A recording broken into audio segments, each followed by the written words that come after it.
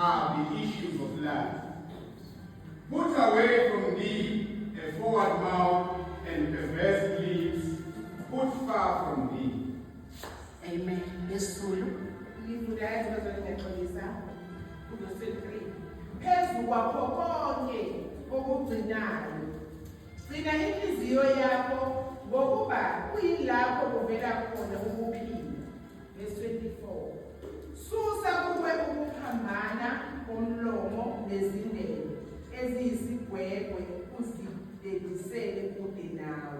Uphindele futhi verse 23 ngesizulu. Phezu kwakho konke Ngaphezu kwakho konke, qhubeka ma. okugcinayo, gcina inhliziyo yakho. Gcina inhliziyo ngaphezu kwakho konke okugcinayo. Lithi uNkulunkulu gcina inhliziyo yakho, qhubeka ma. Ngokuba kuyilapho kuvela khona ukuphila. Baba, izwi lakho liphilile. Izwi lakho liphefumulelwe nguwe uqobo. Izwi lakho lilungele ukufundisa, lilungile ukuqondisa nokuyala. Busisa ukufunda kwalo namhlanje ngegama likaKristu Jesu. Amen. Lithi izwi kaNkulunkulu bangcwele, ngaphezu kwakho konke esikugcinayo, esikuvikelayo. Uthi uNkulunkulu vikela inhliziyo yakho, ngoba yila khona ukuphila kwakho kukhona. Ngaphezu kokuvikela izimali zakho, abaningi bethu sinama-investment afakiwe, sisifakile izimali zethu emabhenki, sasekhwisha ifuture. Abanye bethu sinama-alarm system emakhaya, sivikela imizi sihlala kuyo.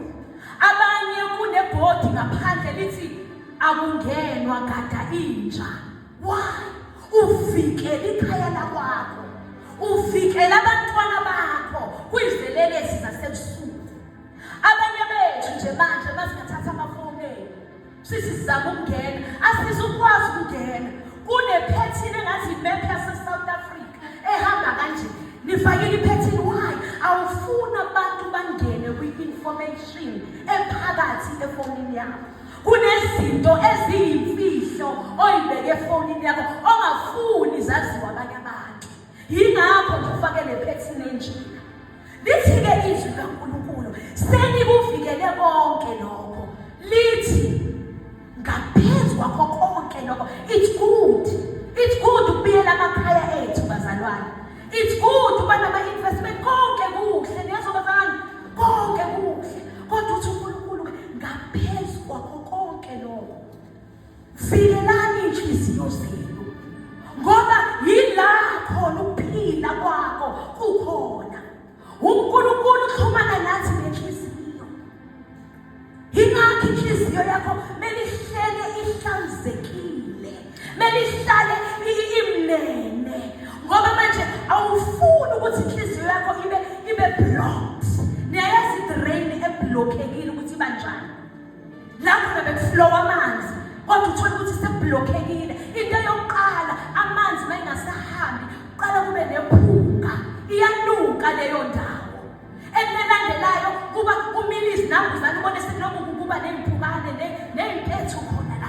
Ushintsha ngisho amanzi abe green. Why? Awasaflowi la manzi. Sekuze kumele ukhokhe imali uqashe umuntu ozoku-unblockela le drain le esiblockile. Ungayivumeli inhliziyo yakho ifike kulelo zinga lapho khona isikhuni ngishinga izwi kaNkulunkulu maliphuma asifumani indawo. Ngisho umoya oyingcwele esethi uzama ukuxhumana nawe akakhona ukufikelela kuwe. Why? Inhliziyo isikhuni. Yabona inhliziyo bangcwele. Almighty God, help me. Isize moya oyingcwele. Inhliziyo yethu mase sikhuluma nje just umzimba lo, the physical body. Nihlala kuthiwa kuma inhliziyo yakho, kuphelile ngawe. Yokulo amagugu aleli lizwi mhla kwami inhliziyo. Sekukhuluma-ke ngenhliziyo le physical. uNkulunkulu ukhuluma ngenhliziyo le yakamoya. Bangcwele siwumoya, ngithi sonke siyakhumbula siwumoya. And uNkulunkulu simkhonza ngani? ngomoya. Ngoba siumoya. Now, iphutha esilenzayo, sonke iphutha nje esilenzayo labantu. Sithatha inhliziyo yethu sivule. Sivulele senze idoorway labantu abarongo kungamele babe ne-access to our hearts. Sibanikeza igunya. Yithina sibanikayo. Sibanikeza igunya lokuthi bangene ba-occupy a space in our hearts. Mawusumnikezile umuntu bese yalimaza. Alimaze yona lenhliziyo wena omvulelile ukuthi angene. Abanye yazi ukuthi ningeza sikuthi ngisho umoya oyingcwele. Ngoba umoya oyingcwele uhlala kithi ngaphakathi. iBhayibheli lithi ungumsizi wethu, ungumlekeleli wethu. Sanikwa yena uJesu wathi ngimshiya nodwa. Ngimshiya nani? Nomoya oyingcwele. Uzazoba umsizi. Umuntu okusizayo ukhuluma naye every day. Mawuvuka laba banabasiza ekhaya anti. Bayazi ukuthi umema unika ama-instruction, umema uyabuza, umema uvuka ekuseni, bese kade wesizi ukosele wenzeni ingabe porridge, wesizi ukosele kube ukuthi, we-anti ukosele wenza ukuthi. Every day ukhuluma, sikhuluma nini-ke nomoya oyingcwele nathi. Lokhu yena okwazi ukusixwayisa ukuthi lo ungamvulela inhliziyo. Angeke ayiphule, angeke ayilimaze. Bese siyabuya siyakhala. Anjye siyabuya phela siyakhala. Oh, kodwa uNkulunkulu uzowangila. No, nguwe omnike access to your heart. Uthi uNkulunkulu ibiyele. Biyele inhliziyo yakho. Vikela inhliziyo yakho. Ungavumeli nobani abe ne-access to your heart. Not ngisho abazalwane, ngisho abazalwane. Ungathembi bebe ngithi uqalekisiwe. Umuntu othemba lakhe linjani? Lisebantwini. Ungathembi ngisho umzalwane, umvulele isifuba, uvule inhliziyo yakho, uze ungamthembi. Themba uNkulunkulu ngenhliziyo yakho yonke. Inhliziyo yakho ibalulekile. Azathi lithi izwi kaNkulunkulu engathi ningahlezi njalo nizidle ngakho konke okungcwele, nihlinze ngakho konke okumi. Yabona inhliziyo phela ngingakudukisa. Iwukhohlisa inhliziyo. Namhlanje iyathanda, kusasa ayithandi. Afika umuntu athi mina ngeke ngize ngikushiye. Ngiyakuthanda sonke silahlana. Uyivule inhliziyo yakho uyineke. Ungabuzile ngisho uNkulunkulu, baba ngabe lona yiwuye yilo ohamba. Angene, ayaphula. Yabona umuntu asengithi manje thina abazalwane, umzalwane onenhliziyo ephumile. Qhele eduze kwalo mzalwane uyingozi. Umzalwane onenhliziyo ephumile uyingozi. Ngoba akudumiseki, uba heavy, uba ngathi unomthwalo awuthwele inhliziyo. Mayisi isigwele inzondo, inhliziyo isigwele nobuhlungu obenziwa bona. Ingakho iBhayibheli lithi wozani, ngoba liyazi ukuthi zofika ikhathi la inhliziyo yakho khona izophuma khona. Lapho ngekugcwala ubuhlungu enhliziyweni. Kodwa kunendlela ibekile uNkulunkulu ukuthi mawusukuleso sikhathi uthi wozani kimi nonke onhliziyo eziphumileyo nenikhathele ninesindwayo uthi wozani kimi ngizoniphumuza. Bese athi cast ujijela phonselani kimi zonke iy'nkathalo. Vele kulomhlaba esiphila kuwo sonyathelana. Ngisho abantwana basekhaya be-ekuzalweni endlini eyodwa, osisi bakho, obhuti bakho, ngisho umnyeni wakhe kulala naye kuzike nje zisukelane nje ungambuliswana. Omunye alala bhekele omunye alala. Abanini bendlu yakho yegazi. Nike ningabhekani nje. Kodwa kusho ukuthi anisathandani, angithi bakwethu. Akusho ukuthi awusamthandi ngoba nakuyisusele. Ngaleso sikhathi lapho nokudinga khona uye kuNkulunkulu, uyokwenzani? Uyothulula, uyophosa.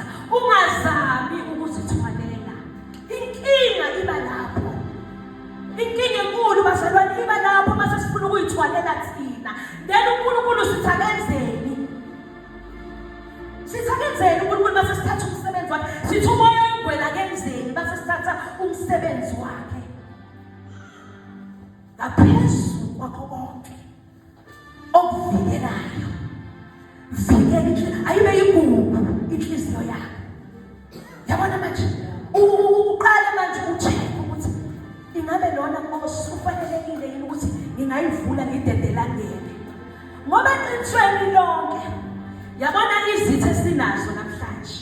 Ngisho emsebenzini la usebenza khona e-staff room, ngisho ema-ofisini, izitha nje umuntu othi awufuni namhlanje.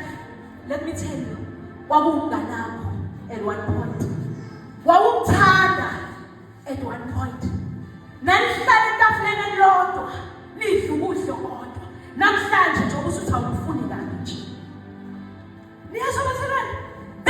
Izitha zonke sinazo salayithanda. Kwawukuthi ukuphula inhliziyo, wahluleka ukubuyela kumnikazi wenhliziyo, wayothi make me, rebuild me Lord. I can't take it. Lord, ndingawele ungenelele. Singazami ukuzenzela izinto ngamandla ethu. Sizokhamekela kanzima. Impilo nje inzima ngaphandle kwaNkulunkulu. Inzima ngaphandle kwaMoya oNgcwele. Athi ngikhombisa ukuthi inzima kanjani impilo. Let me show you. Ngicela siya kulonto. Okay, let me just quote it. Ababhalayo bayibhala uzofika uyifunde ekhaya. Mark chapter 1. Just to uverse mawufunda lapho ichapter yonke. uJesu ufika oPeter. Sebegeza amanethi. Ufuna ukukhombisa ukuthi impilo injani. Ifika iphile mase kuthiwa inzima. Ubafika bageza amanethi. Ubusuku bonke kade bezama ukudoma, bezama ukubamba ofishi. Bezama ukukhanda imali. Bezama impilo bathi sisiyase.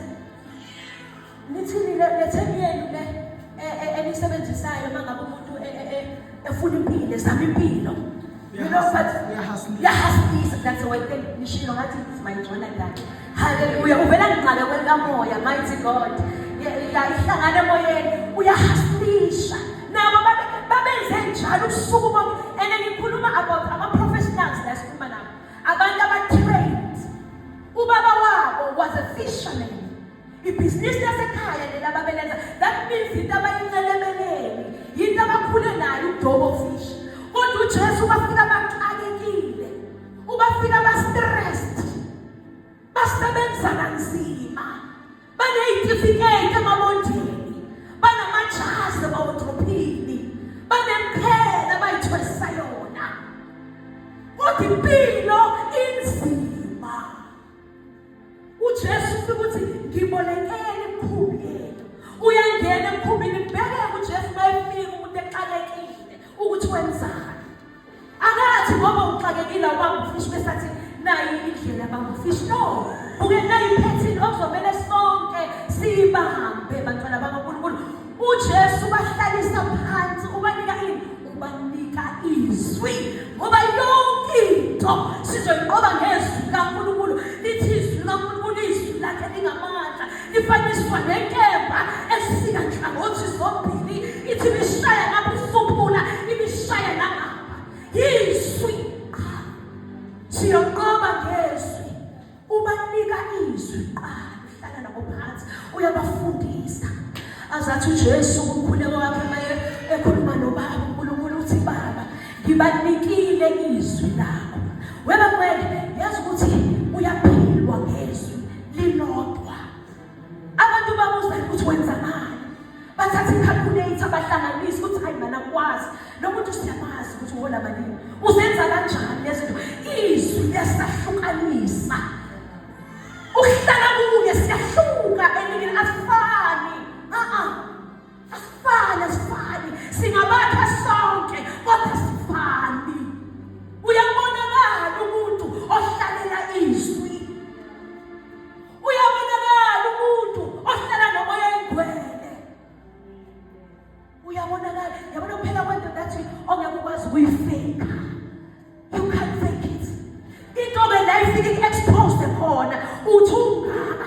Yes, ngingaka ngomfundisi uNdlovu ngesengisidudla sengingaka sengimdala.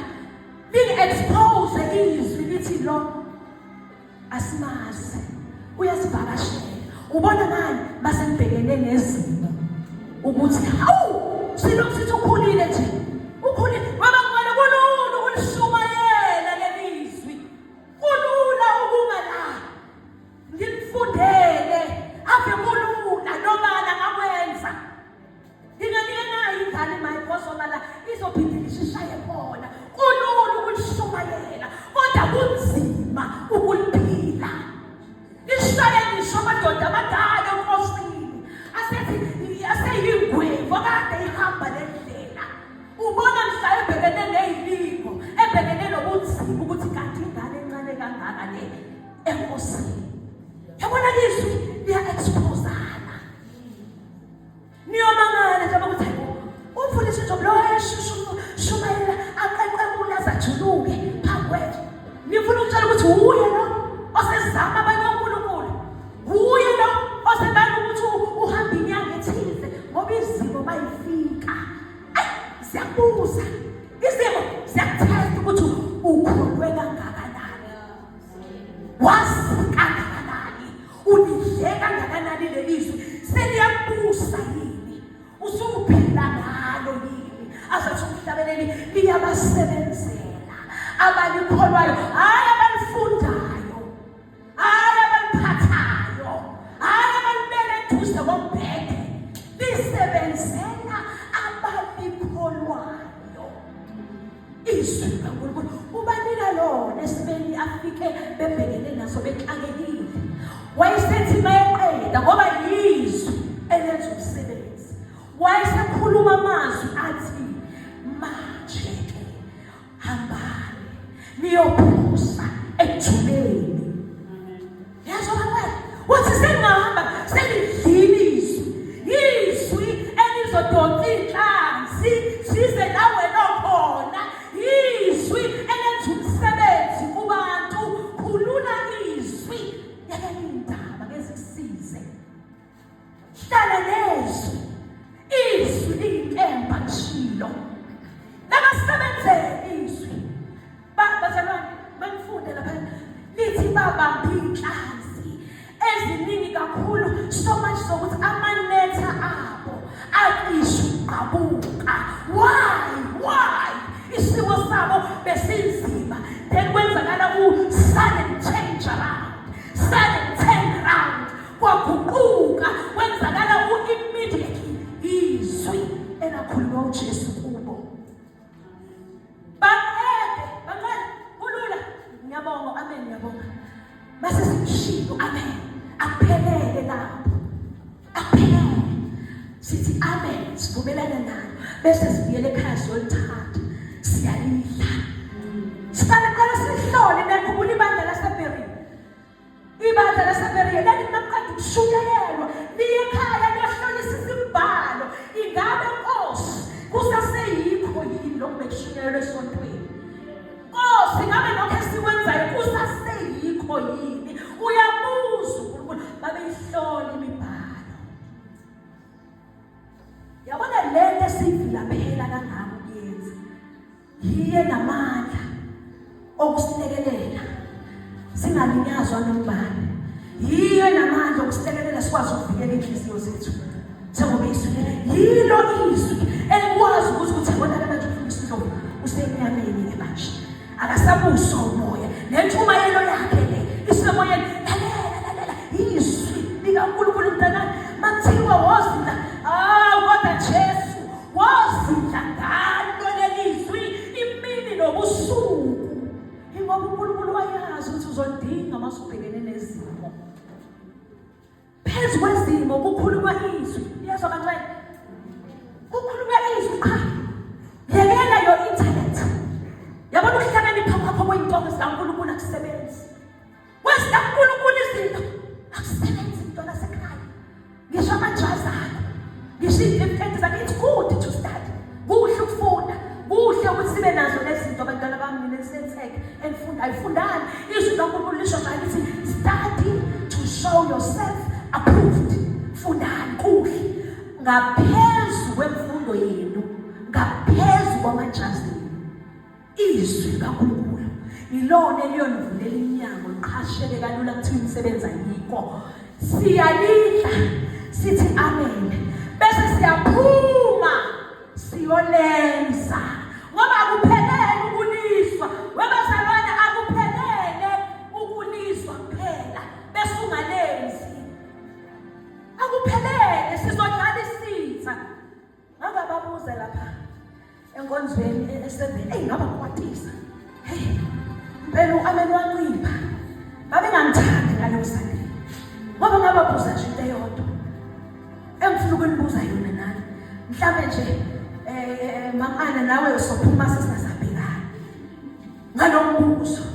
Umbuze ngobabuza wona ngathi kwenzeka kanjani ukuthi sithi sikholwa siphethe amandla avusa uKristu kwabafileyo, siphethe inkemba ngoba lento leba ngcwele ngiyazi ukuthi mina nithi iBhayibheli isikhali. This is the weapon. This is the weapon. Yabona umuntu uma umshaya ngalokho umqedile hey ulala beyimvithi isikhali lesi bese ngithi kwenziwa yini ukuthi sitha singene eminyango singene sikhalase endlini kaJehova. Umbuzo wami uthi apha ama-intercessor, bapha abantusi, bapha abantu ababubulayo, bapha abahlala noNkulunkulu bayihoshipi ingakangeni eminyango ibisesa ngoba umoya ongcwele uyakhuluma asho athi yes hloma nasi scripture funda nasi scripture uthathe nalesi sivika ingakangeni. Umbuzo wami base sidlala isitha ngaphakathi sesisitela njengebhola uye kuyezwa nakho sekungaba nabaza abantu abadlala ibhola kwenzeke kanjani mama mhlungu ngikwazi ububula mina ngikwazi ububula ngikwazi ukukhuleka ilahlekelephi bazalwane akumele ngabe kunezinto esithi hawu kwenzeke nini kanjani hawu ubani besihlala naye omdala wesinsuku the ancient of day uyambula izinto ezifihliwe umoya ongcwele uyambula ukutshela ngisho iplani yonke yesitha uqambe sithi siyeza sifike kube no entry ubani nomlilo uyavutha. Ngabuza nje ukuthi bapha abakhulekayo bapha manqumane nizosifundisa nini to wait ukulila bapha mama balilayo la enkonzweni.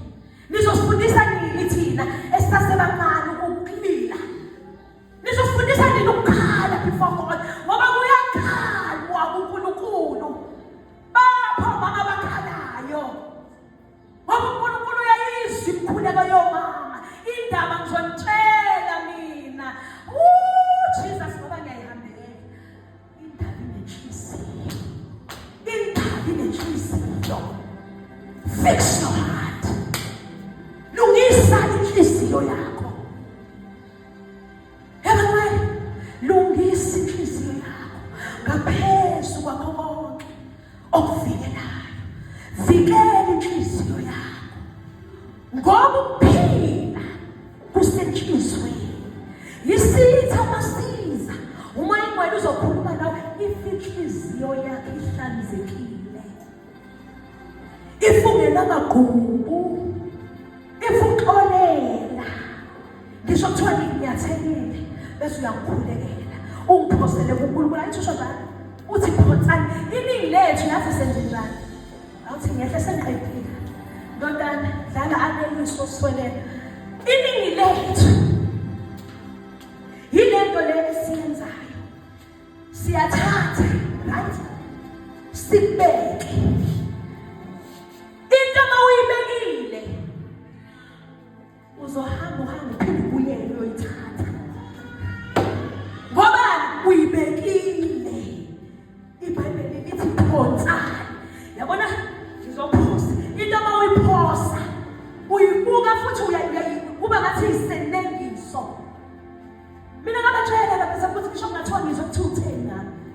angeke nangelodwa ilanga ungizwe kuyenzobiza ngihlalisa uthi uyabaqeda yini abazalwane bengane uyabaqeda yini ngoba uthi sukela I don't do.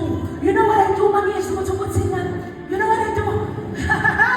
I go home ngivale umnyango ngithakhosha inkemba the sword ngithatha inkemba ngivula izwi kaNkulunkulu uqhathi ngivula uPsalms 35 amahubo 35 uhosha wona abantu ufunda okwenzozo lileli manibhekene nezimo nibhekene nezitha zivukela nibhekene nempi donsa izwi kaNkulunkulu lisikhala nawe into uyayithatha bangwele yekelana ukubeka izinto ubuhlungu akubekwa ngoba manje mawubeka mamana uzobuyela kubaba uthi hayi baba abantwana last year ngakhuza ngalento uyayiphinda futhi hayi baba no wena last week bengikhala ngayo lento why ubekile yingakho kulula ubuyela uyothatha awulahlanga izwi kaNkulunkulu bangwele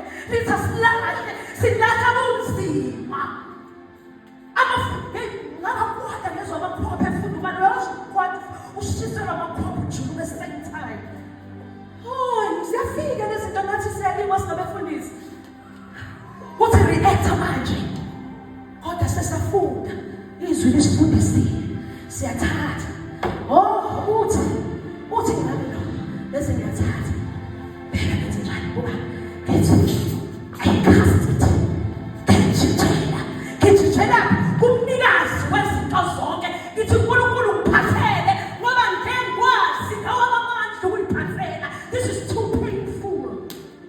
Ebuhlungu kakhulu lento uNkulunkulu abangenzele nabangigili khona.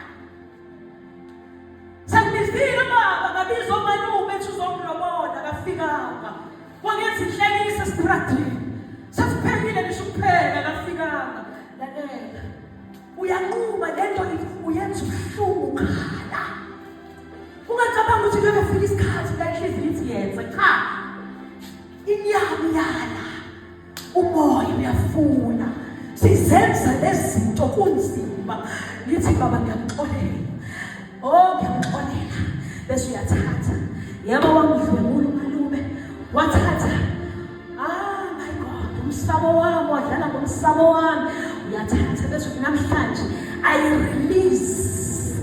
release him from my spirit, from my heart. Lenhliziyo lenihlathwe uNkulunkulu akuyona yobamba amagqubu akuyona yowakhela inzondo akuyona yoku-entertain ubuhlungu uyayithatha into uyayijinjela you cast it to the Lord yena omabelebele yena omhlane wakho banzi okwazi ukusithwalela konke. Niyashakazekani? Hayi mfundisi ukhuliswa ukuthi awazi ukuthi wangenzani ukhuliswa ukuthi awazi umalumekazi umtreat-a kanjani ekuseni ukhuliswa ukuthi awazi ukuthi umnina wangenzani.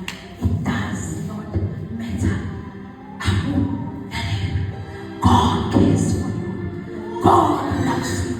Athi wena uyinhlamvu yeso lami othinta wena uthinta mina. Inkinga yenu uNkulunkulu ufuna ukungenelela, uNkulunkulu ufuna ukukusiza, uNkulunkulu ufuna ukusilekelela. Kodwa manje sitshela ukuthi siyazi, sitshela ukuthi thina singayibamba kangcono lento. Mina ngiyazi ngabhekana nayo, ngicela sisukele siphakamele. Oh Jesus, ngihlanze emoyeni wami Jesus. Amabala wonke ayangolisa umoya. Yebo ngwana la indleleni uhambo lude. Azathi umhlabeleli lolu hambo lunenjaba lolu hambo kukhwingozi lalungifundisa ukuthi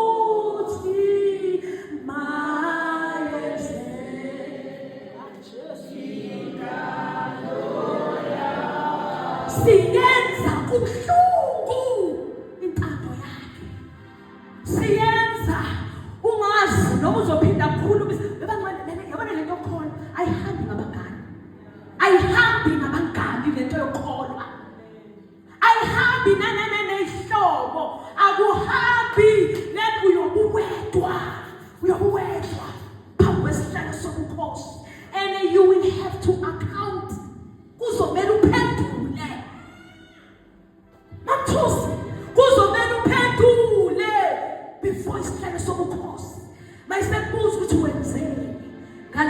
lamandla kwafake kuwo. Lamandla kwafake kuwo. Kuwe wenzeni ngawo. Ubani uthe kuzoba mnandi. Ngicabanga ukuthi uJesu kwakumnandi. Ethwele umnqamlezo. Ngathi kwakumnandi shaya. Ngicabanga ukuthi kwakumnandi yini efaka umqhele wameva.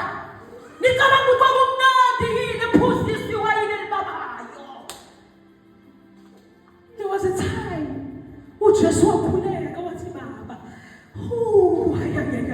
Wathi letha lesisitsha sidlule. Wakhumbula ukuthi assignment is bigger than him. Wathi kodwa ke Nkosi, not at my will, at your will. Waqhubeka nohambo kuhlungu eopha kodwa wayilokhu ecabane nawe. He had you and me in mind. He didn't have to do it. Kodwa wawenzela mina nawe. uJesu namhlanje uthi nawe lokho sayibambele kona. Lokho sayiphathele wena kona. Uthi woza nikuphumuze.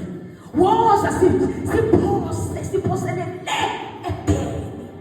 So that ungeke ubuyele uyolanda. Uzohlukana nakho. Forgive. Neza wena. Xolelani. Dlulisani. Phoselani. Ubaba yena uyazi ukuthi nenziweni. Akhulunywe bakanga kahle. Nilimele moyeni. Nilimele enhlizweni. Uthi dedelani. Izokugulisa lento, izokugulisa. Yekela futhi lokho ukukhuluma njalo ngayo. Mawusuyiphonsele kumnikazi. Mdedele nje umsebenzi. Asimdedeleni bantwana nje umsebenzi. Asimdedeleni. Singazama ukuzenzela. Ah, Jesus, we love you, God. Cela sivala amehlo in the presence of the Lord. Cela sivala amehlo, sivala amehlo.